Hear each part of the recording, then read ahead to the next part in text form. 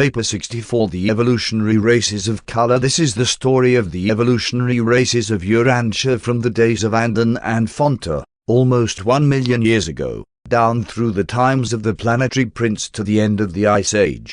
The human race is almost 1 million years old, and the first half of its story roughly corresponds to the pre-planetary prince days of Urantia.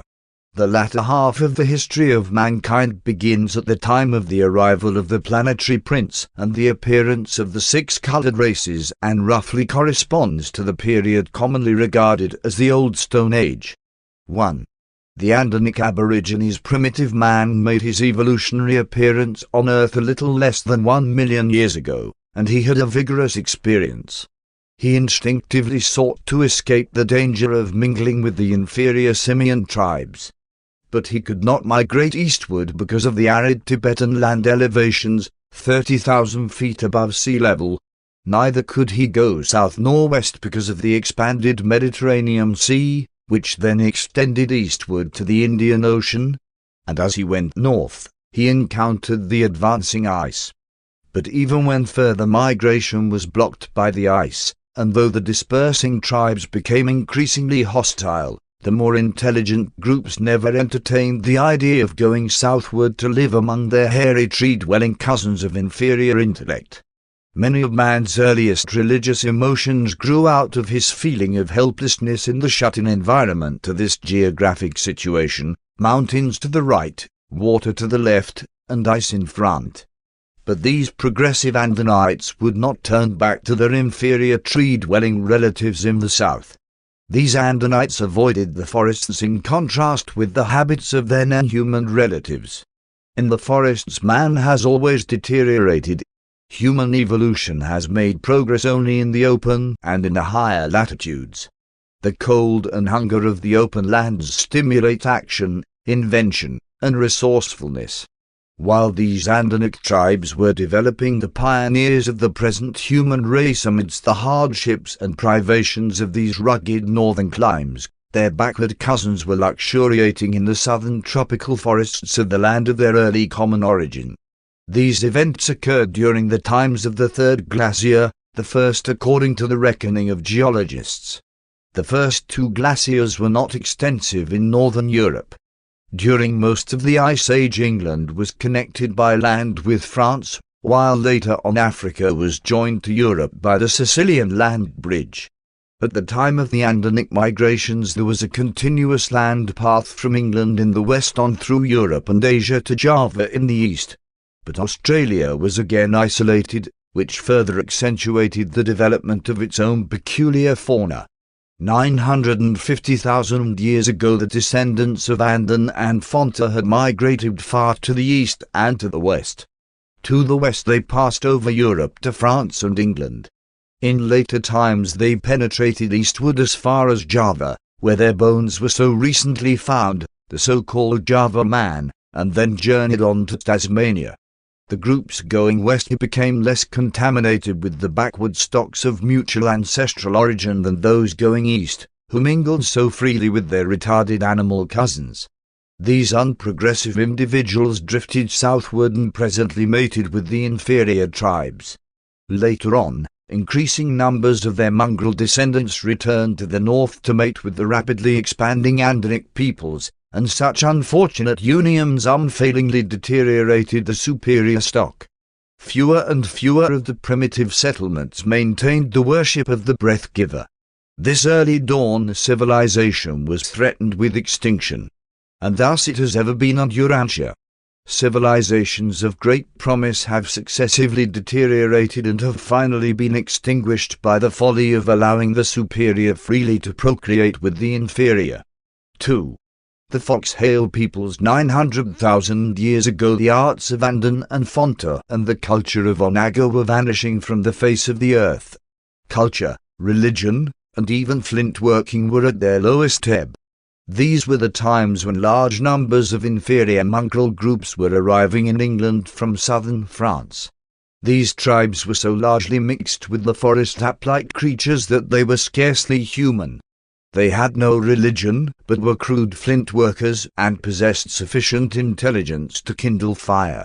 They were followed in Europe by a somewhat superior and prolific people, whose descendants soon spread over the entire continent from the ice in the north to the Alps and Mediterranean in the south. These tribes are the so-called Heidelberg race. During this long period of cultural decadence, the Foxhail peoples of England and the Badonan tribes northwest of India continued to hold on to some of the traditions of Andan and certain remnants of the culture of Onaga. The Foxhail peoples were farthest west and succeeded in retaining much of the Andanic culture. They also preserved their knowledge of flint working, which they transmitted to their descendants, the ancient ancestors of the Eskimos. Though the remains of the Foxhail peoples were the last to be discovered in England, these Andanites were really the first human beings to live in those regions. At that time the land bridge still connected France with England, and since most of the early settlements of the Andan descendants were located along the rivers and seashores of that early day, they are now under the waters of the English Channel and the North Sea, but some 3 or 4 are still above water on the English coast. Many of the more intelligent and spiritual of the Foxhail peoples maintained their racial superiority and perpetuated their primitive religious customs. And these people, as they were later admixed with subsequent stocks, journeyed on west from England after a later ice visitation and have survived as the present-day Eskimos. 3. The Badonan tribes. Besides the Foxhail peoples in the west, another struggling center of culture persisted in the east. This group was located in the foothills of the northwestern Indian highlands among the tribes of Badonan, a great-great-grandson of Andan.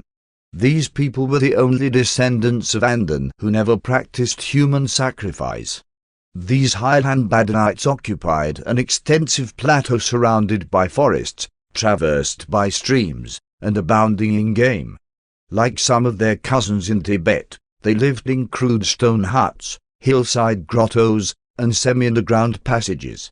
While the tribes of the north grew more and more to fear the ice, those living near the homeland of their origin became exceedingly fearful of the water. They observed the Mesopotamian peninsula gradually sinking into the ocean, and though it emerged several times, the traditions of these primitive races grew up around the dangers of the sea and the fear of periodic engulfment.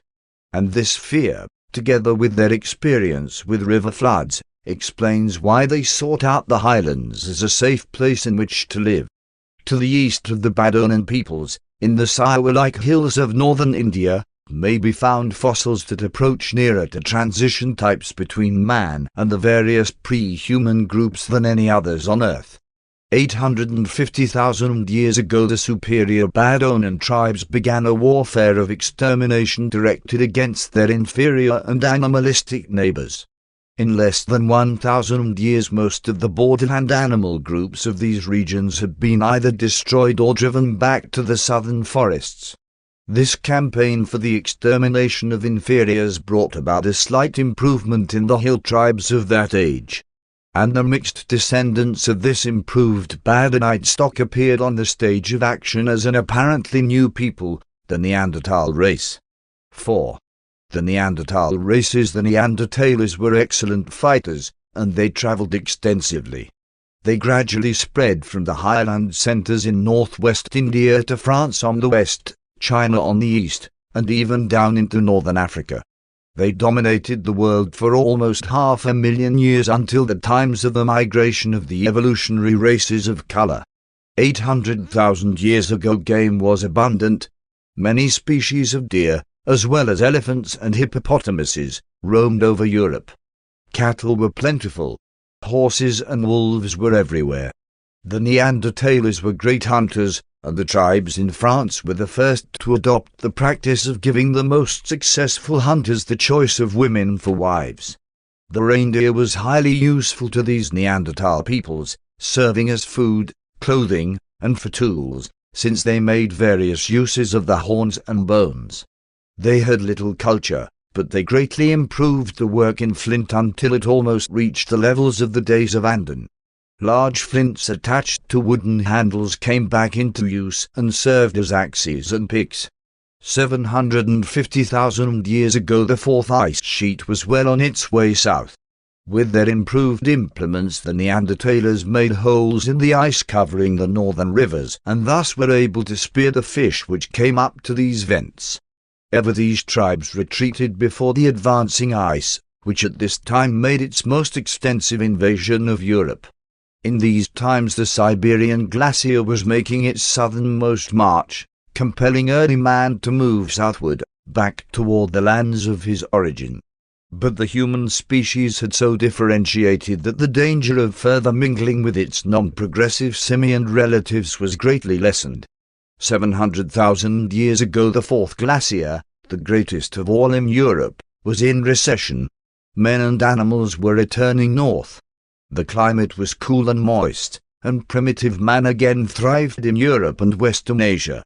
Gradually the forest spread north over land which had been so recently covered by the glacier. Mammalian life had been little changed by the great glacier. These animals persisted in that narrow belt of land lying between the ice and the Alps and, upon the retreat of the glacier, again rapidly spread out over all Europe. There arrived from Africa, over the Sicilian land bridge, straight-tusked elephants, broad-nosed rhinoceroses, hyenas, and African lions, and these new animals virtually exterminated the saber-toothed tigers and the hippopotamuses. 650,000 years ago witnessed the continuation of the mild climate. By the middle of the interglacial period it had become so warm that the Alps were almost denuded of ice and snow. 600,000 years ago the ice had reached its then northernmost point of retreat and, after a pause of a few thousand years, started south again on its fifth excursion. But there was little modification of climate for 50,000 years. Man and the animals of Europe were little changed. The slight aridity of the former period lessened, and the alpine glaciers descended far down the river valleys. 550,000 years ago the advancing glacier again pushed man and the animals south. But this time man had plenty of room in the wide belt of land stretching northeast into Asia and lying between the ice sheet and the then greatly expanded Black Sea extension of the Mediterranean. These times of the fourth and fifth glaciers witnessed the further spread of the crude culture of the Neanderthal races. But there was so little progress that it truly appeared as though the attempt to produce a new and modified type of intelligent life on Urantia was about to fail. For almost 250,000 years these primitive peoples drifted on, hunting and fighting, by spells improving in certain directions, but, on the whole, steadily retrogressing as compared with their superior Andinic ancestors. During these spiritually dark ages the culture of superstitious mankind reached its lowest levels. The Neanderthalers really had no religion beyond their shameful superstition. They were deathly afraid of clouds, more especially of mists and fogs. A primitive religion of the fear of natural forces gradually developed, while animal worship declined as improvement in tools, with abundance of game, enabled these people to live with lessened anxiety about food. The sex rewards of the chase tended greatly to improve hunting skill. This new religion of fear led to attempts to placate the invisible forces behind these natural elements and culminated, later on, in the sacrificing of humans to appease these invisible and unknown physical forces. And this terrible practice of human sacrifice has been perpetuated by the more backward peoples of Urantia right on down to the 20th century. These early Neanderthalers could hardly be called sun worshippers. They rather lived in fear of the dark. They had a mortal dread of nightfall. As long as the moon shone a little, they managed to get along, but in the dark of the moon they grew panicky and began the sacrifice of their best specimens of manhood and womanhood in an effort to induce the moon again to shine. The sun, they early learned, would regularly return, but the moon they conjectured only returned because they sacrificed their fellow tribesmen. As the race advanced, the object and purpose of sacrifice progressively changed, but the offering of human sacrifice as a part of religious ceremonial long persisted. 5. Origin of the colored races. 500,000 years ago the Nebadon tribes of the northwestern highlands of India became involved in another great racial struggle. For more than 100 years this relentless warfare raged, and when the long fight was finished, only about 100 families were left. But these survivors were the most intelligent and desirable of all the then living descendants of Andon and Fonte. And now, among these Highland Badonites there was a new and strange occurrence. A man and woman living in the northeastern part of the then inhabited Highland region began suddenly to produce a family of unusually intelligent children. This was the Sanjike family, the ancestors of all of the 6 colored races of Urantia. These Sanjike children, 19 in number, were not only intelligent above their fellows, but their skins manifested a unique tendency to turn various colors upon exposure to sunlight. Among these 19 children were 5 red, 2 orange, 4 yellow, 2 green, 4 blue, and 2 indigo. These colors became more pronounced as the children grew older, and when these youths later mated with their fellow tribesmen, all of their offspring tended toward the skin color of the Sanjike parent. And now one interrupt the chronological narrative, after calling attention to the arrival of the planetary prince at about this time, while we separately consider the 6 Sanjike races of Urantia. 6. The 6 Sanjike races of Urantia. On an average evolutionary planet, the 6 evolutionary races of color appear one by one.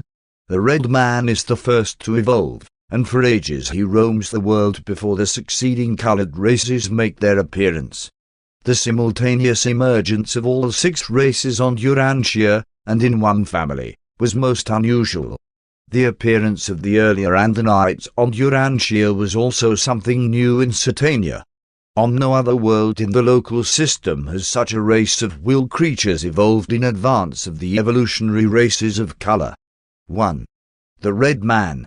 These peoples were remarkable specimens of the human race, in many ways superior to Andon and Fonte. They were a most intelligent group and were the first of the Sanjike children to develop a tribal civilization and government. They were always monogamous. Even their mixed descendants seldom practiced plural mating. In later times they had serious and prolonged trouble with their yellow brethren in Asia. They were aided by their early invention of the bow and arrow, but they had unfortunately inherited much of the tendency of their ancestors to fight among themselves, and this so weakened them that the yellow tribes were able to drive them off the Asiatic continent. About 85,000 years ago the comparatively pure remnants of the red race went en masse across to North America, and shortly thereafter the Bering Land isthmus sank, thus isolating them. No red man ever returned to Asia. But throughout Siberia, China, Central Asia, India, and Europe they left behind much of their stock blended with the other colored races. When the red man crossed over into America, he brought along much of the teachings and traditions of his early origin. His immediate ancestors had been in touch with the later activities of the world headquarters of the planetary prince. But in a short time after reaching the Americas, the red men began to lose sight of these teachings, and there occurred a great decline in intellectual and spiritual culture.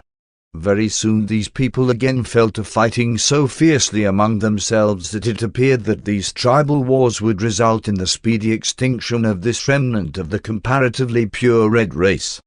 Because of this great retrogression the red men seemed doomed when, about 65,000 years ago, Onamalantum appeared as their leader and spiritual deliverer. He brought temporary peace among the American red men and revived their worship of the Great Spirit. Onamalantum lived to be 96 years of age and maintained his headquarters among the great redwood trees of California. Many of his later descendants have come down to modern times among the Blackfoot Indians. As time passed, the teachings of Onamalantum became hazy traditions. Internecine wars were resumed, and never after the days of this great teacher did another leader succeed in bringing universal peace among them.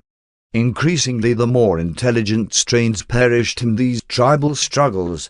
Otherwise a great civilization would have been built upon the North American continent by these able and intelligent red men. After crossing over to America from China, the northern red man never again came in contact with other world influences except the Eskimo until he was later discovered by the white man. It was most unfortunate that the red man almost completely missed his opportunity of being upstepped by the admixture of the later Adamic stock. As it was, the red man could not rule the white man, and he would not willingly serve him. In such a circumstance, if the two races do not blend, one or the other is doomed. 2. The Orange Man. The outstanding characteristic of this race was their peculiar urge to build anything and everything, even to the piling up of vast mounds of stone just to see which tribe could build the largest mound. Though they were not a progressive people, they profited much from the schools of the prince and sent delegates there for instruction. The Orange race was the first to follow the coastline southward toward Africa as the Mediterranean Sea withdrew to the west. But they never secured a favorable footing in Africa and were wiped out of existence by the later arriving Green race. Before the end came, this people lost much cultural and spiritual ground. But there was a great revival of higher living as a result of the wise leadership of Paul Shunter, the mastermind of this unfortunate race, who ministered to them when their headquarters was at Armageddon some 300,000 years ago. The last great struggle between the Orange and the Green men occurred in the region of the Lower Nile Valley in Egypt. This long-drawn-out battle was waged for almost 100 years, and at its close very few of the Orange race were left alive. The shattered remnants of these people were absorbed by the Green and by the later arriving Indigo men. But as a race the Orange man ceased to exist about 100,000 years ago. 3. The Yellow Man. The primitive yellow tribes were the first to abandon the chase, establish settled communities, and develop a home life based on agriculture. Intellectually they were somewhat inferior to the red man, but socially and collectively they proved themselves superior to all of the Sanjike peoples in the matter of fostering racial civilization. Because they developed a fraternal spirit, the various tribes learning to live together in relative peace, they were able to drive the red race before them as they gradually expanded into Asia. They traveled far from the influences of the spiritual headquarters of the world and drifted into great darkness following the Caligastio apostasy. But there occurred one brilliant age among this people when Singlangton, about 100,000 years ago, assumed the leadership of these tribes and proclaimed the worship of the one truth. The survival of comparatively large numbers of the yellow race is due to their intertribal peacefulness. From the days of Singlangton to the times of modern China, the yellow race has been numbered among the more peaceful of the nations of Urantia. This race received a small but potent legacy of the later imported Adamic stock. 4. The Green Man. The Green race was one of the less able groups of primitive men, and they were greatly weakened by extensive migrations in different directions. Before their dispersion these tribes experienced a great revival of culture under the leadership of Fontade, some 350,000 years ago. The Green race split into three major divisions. The northern tribes were subdued, enslaved, and absorbed by the yellow and blue races. The eastern group were amalgamated with the Indian peoples of those days, and remnants still persist among them. The southern nation entered Africa, where they destroyed their almost equally inferior orange cousins. In many ways both groups were evenly matched in this struggle since each carried strains of the giant order, many of their leaders being 8 and 9 feet in height. These giant strains of the Green Man were mostly confined to this southern or Egyptian nation. The remnants of the victorious Green men were subsequently absorbed by the Indigo race, the last of the colored peoples to develop and emigrate from the original Sanjike center of race dispersion. 5. The Blue Man. The Blue Men were a great people. They early invented the spear and subsequently worked out the rudiments of many of the arts of modern civilization. The Blue Man had the brain power of the Red Man associated with the soul and sentiment of the Yellow Man. The Adamic descendants preferred them to all of the later persisting colored races. The early blue men were responsive to the persuasions of the teachers of Prince Caligastia's staff and were thrown into great confusion by the subsequent perverted teachings of those traitorous leaders. Like other primitive races, they never fully recovered from the turmoil produced by the Caligastia betrayal, nor did they ever completely overcome their tendency to fight among themselves. About 500 years after Caligastia's downfall, a widespread revival of learning and religion of a primitive sort, but nonetheless real and beneficial, occurred. Orlando became a great teacher among the blue race and led many of the tribes back to the worship of the true God under the name of the Supreme Chief. This was the greatest advance of the blue man until those later times when this race was so greatly upstepped by the admixture of the Adamic stock. The European researches and explorations of the Old Stone Age have largely to do with unearthing the tools, bones, and earthcraft of these ancient blue men, for they persisted in Europe until recent times. The so-called white races of Urantia are the descendants of these blue men as they were first modified by slight mixture with yellow and red, and as they were later greatly upstepped by assimilating the greater portion of the violet race. 6. The indigo race. As the red men were the most advanced of all the Sanjaic peoples, so the black men were the least progressive. They were the last to migrate from their highland homes. They journeyed to Africa, taking possession of the continent, and have ever since remained there except when they have been forcibly taken away, from age to age, as slaves. Isolated in Africa, the indigo peoples, like the red man, received little or none of the race elevation which would have been derived from the infusion of the Adamic stock. Alone in Africa, the indigo race made little advancement until the days of Orvanon, when they experienced a great spiritual awakening. While they later almost entirely forgot the God of gods proclaimed by Orvanon, they did not entirely lose the desire to worship the unknown. At least they maintained a form of worship up to a few thousand years ago. Notwithstanding their backwardness, these indigo peoples have exactly the same standing before the celestial powers as any other earthly race. These were ages of intense struggles between the various races, but near the headquarters of the planetary prince the more enlightened and more recently taught groups lived together in comparative harmony, though no great cultural conquest of the world races had been achieved up to the time of the serious disruption of this regime by the outbreak of the Lucifer Rebellion. From time to time all of these different peoples experienced cultural and spiritual revivals. Manzant was a great teacher of the post-planetary prince days. But mention is made only of those outstanding leaders and teachers who markedly influenced and inspired a whole race. With the passing of time, many lesser teachers arose in different regions, and in the aggregate they contributed much to the sum total of those saving influences which prevented the total collapse of cultural civilization, especially during the long and dark ages between the Caligastia rebellion and the arrival of Adam. There are many good and sufficient reasons for the plan of evolving either 3 or 6 colored races on the worlds of space. Though Urantia mortals may not be in a position fully to appreciate all of these reasons, we would call attention to the following. 1.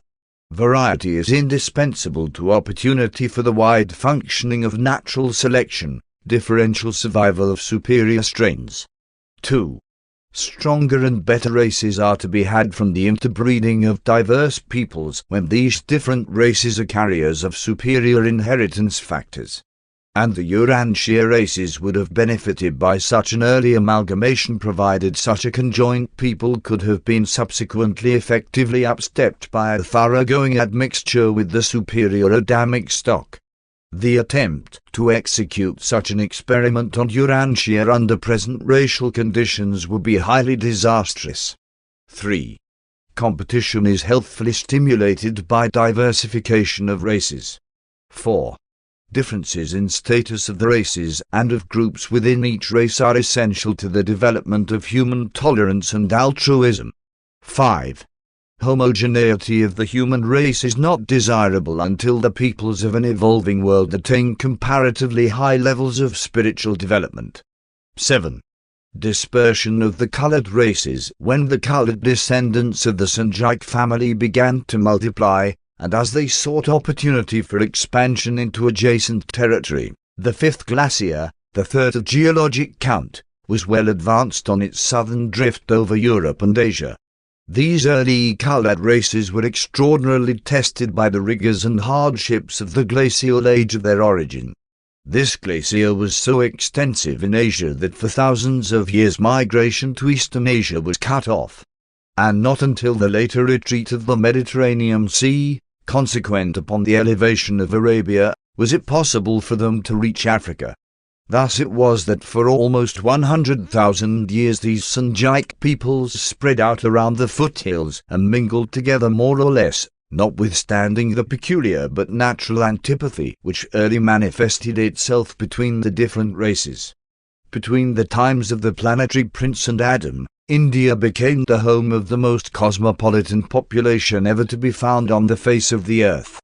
But it was unfortunate that this mixture came to contain so much of the green, orange, and indigo races.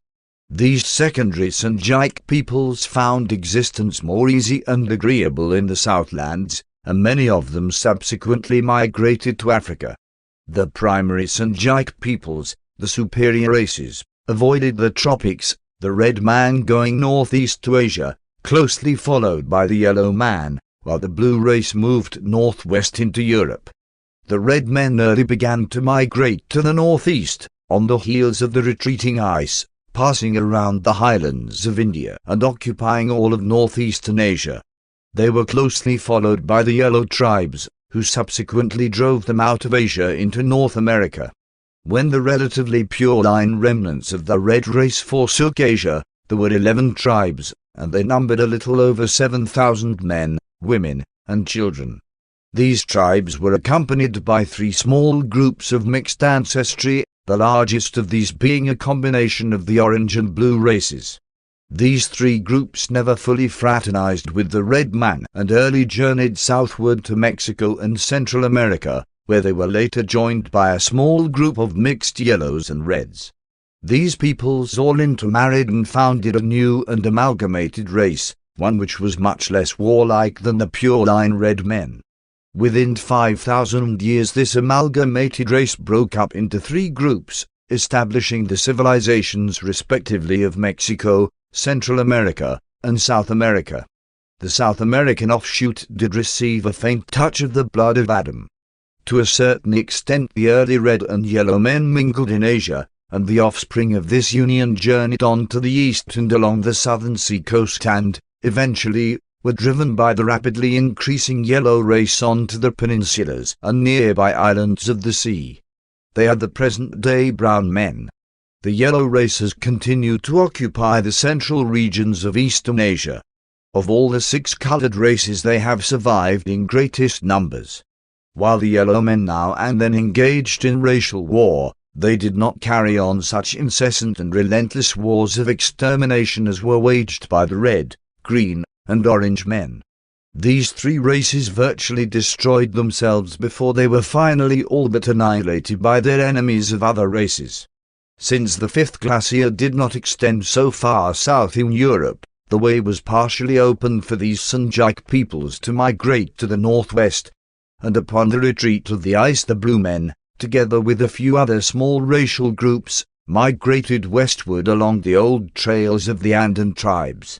They invaded Europe in successive waves, occupying most of the continent.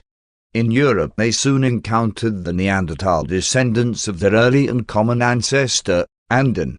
These older European Neanderthalers had been driven south and east by the glacier and thus were in position quickly to encounter and absorb their invading cousins of the Sanjike tribes.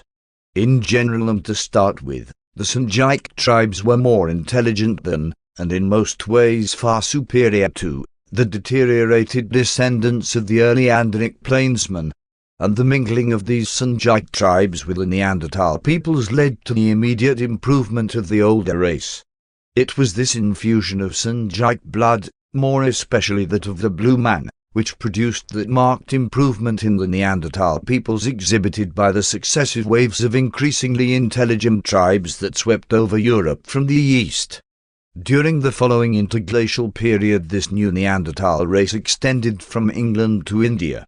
The remnant of the blue race left in the old Persian peninsula later amalgamated with certain others, primarily the yellow, and the resultant blend, subsequently somewhat upstepped by the violet race of Adam, has persisted as the swarthy nomadic tribes of modern Arabs. All efforts to identify the Sanjaic ancestry of modern peoples must take into account the later improvement of the racial strains by the subsequent admixture of Adamic blood. The superior races sought the northern or temperate climes, while the orange, green, and indigo races successively gravitated to Africa over the newly elevated land bridge which separated the westward retreating Mediterranean from the Indian Ocean. The last of the Sanjaic peoples to migrate from their center of race origin was the indigo man. About the time the green man was killing off the orange race in Egypt and greatly weakening himself in so doing, the great black exodus started south through Palestine along the coast. And later, when these physically strong indigo peoples overran Egypt, they wiped the green man out of existence by sheer force of numbers. These indigo races absorbed the remnants of the orange man and much of the stock of the green man, and certain of the indigo tribes were considerably improved by this racial amalgamation. And so it appears that Egypt was first dominated by the orange man, then by the green, followed by the indigo black man, and still later by a mongrel race of indigo, blue, and modified green men. But long before Adam arrived, the blue men of Europe and the mixed races of Arabia had driven the indigo race out of Egypt and far south on the African continent. As the Sanjaic migrations draw to a close, the green and orange races are gone, the red man holds North America, the yellow man Eastern Asia, the blue man Europe, and the indigo race has gravitated to Africa. India harbors a blend of the secondary Sanjaic races, and the brown man, a blend of the red and yellow, holds the islands off the Asiatic coast. An amalgamated race of rather superior potential occupies the highlands of South America. The purer Andanites live in the extreme northern regions of Europe and in Iceland, Greenland, and northeastern North America. During the periods of farthest glacial advance, the westernmost of the Andan tribes came very near being driven into the sea. They lived for years on a narrow southern strip of the present island of England. And it was the tradition of these repeated glacial advances that drove them to take to the sea when the sixth and last glacier finally appeared. They were the first marine adventurers. They built boats and started in search of new lands which they hoped might be free from the terrifying ice invasions. And some of them reached Iceland, others Greenland, but the vast majority perished from hunger and thirst on the open sea. A little more than 80,000 years ago, shortly after the red man entered northwestern North America, the freezing over of the North Seas and the advance of local ice fields on Greenland drove these Eskimo descendants of the Urantia Aborigines to seek a better land, a new home. And they were successful, safely crossing the narrow straits which then separated Greenland from the northeastern land masses of North America. They reached the continent about 2100 years after the red man arrived in Alaska. Subsequently, some of the mixed stock of the blue man journeyed westward and amalgamated with the later-day Eskimos, and this union was slightly beneficial to the Eskimo tribes. About 5,000 years ago, a chance meeting occurred between an Indian tribe and a lone Eskimo group on the southeastern shores of Hudson Bay. These two tribes found it difficult to communicate with each other, but very soon they intermarried, with the result that these Eskimos were eventually absorbed by the more numerous red men. And this represents the only contact of the North American red man with any other human stock down to about 1,000 years ago, when the white man first chanced to land on the Atlantic coast. The struggles of these early ages were characterized by courage, bravery, and even heroism. and we all regret that so many of those sterling and rugged traits of your early ancestors have been lost to the later-day races. While we appreciate the value of many of the refinements of advancing civilization, we miss the magnificent persistency and superb devotion of your early ancestors, which often teams bordered on grandeur and sublimity. Presented by a life carrier resident on Urantia.